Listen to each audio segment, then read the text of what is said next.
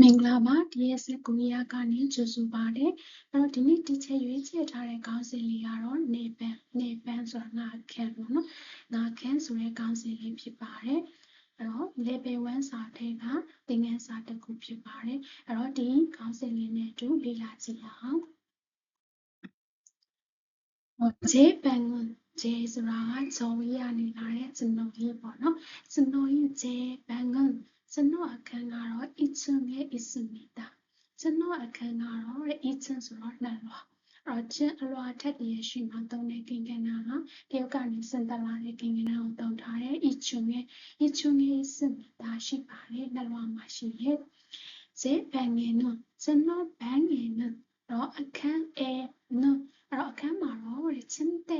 침대ဆိုတာဟာကလေးအဲ့တော့침대하고ကလေးအိယာနဲ့하고 옷장ဆိုတာဝတ်ပြုနော်옷장이 있습니다ဝတ်ပြုရှိပါတယ်책상도 있습니다 책상ဆိုတာကစပွဲလည်းပဲ있습니다ရှိပါတယ်책상에စပွဲမှာ교과서하고 비오뉴단 교과서 비오뉴단 사원의 시계가 있습니다 시계 나이가ရှိပါတယ်제 방에ကျွန်တော်အခန်းမှာ텔레비전 TV 텔레비전하고 내장고는 없습니다. 내장고 얘기했다ကတော့ 없습니다. မရှိပါဘူး 텔레비전하고 TVနဲ့내장고는 얘기했다ကတော့ 1층에တစ်လွှာမှာ 있습니다. ရှိပါတယ်တစ်လွှာမှာရှိရဲ့ဒါလေးကိုပြန်ပြီးဖတ်ကြည့်မယ်ဆိုရင်제 방은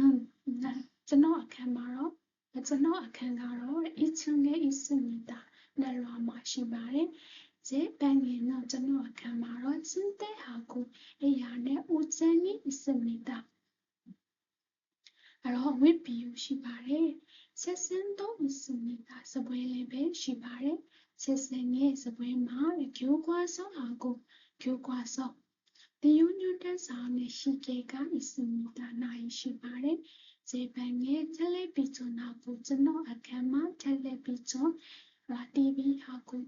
내장고는 얘기했다ကတော့ 없습니다. မရှိပါဘူး 텔레비전하고 TVနဲ့ 내장고는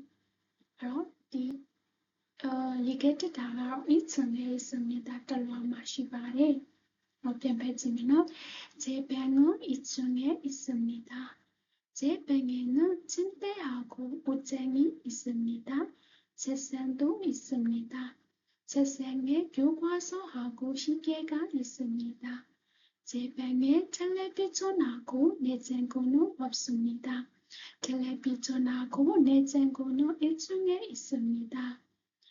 ဒီစာပိုင်လေးကိုဖတ်ပြီးသားပြီဆိုတော့နားလည်မလဲဖြစ်ကြည့်အောင်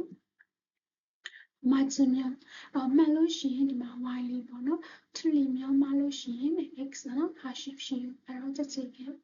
လောက်ပါဒီ color လေးမှာဖြည့်ပေးလို့ရပါနော်အဲ့တော့ဒီ YouTube မှာဆိုတော့comment မှာဖြည့်ခဲ့ပေးလို့ရတယ်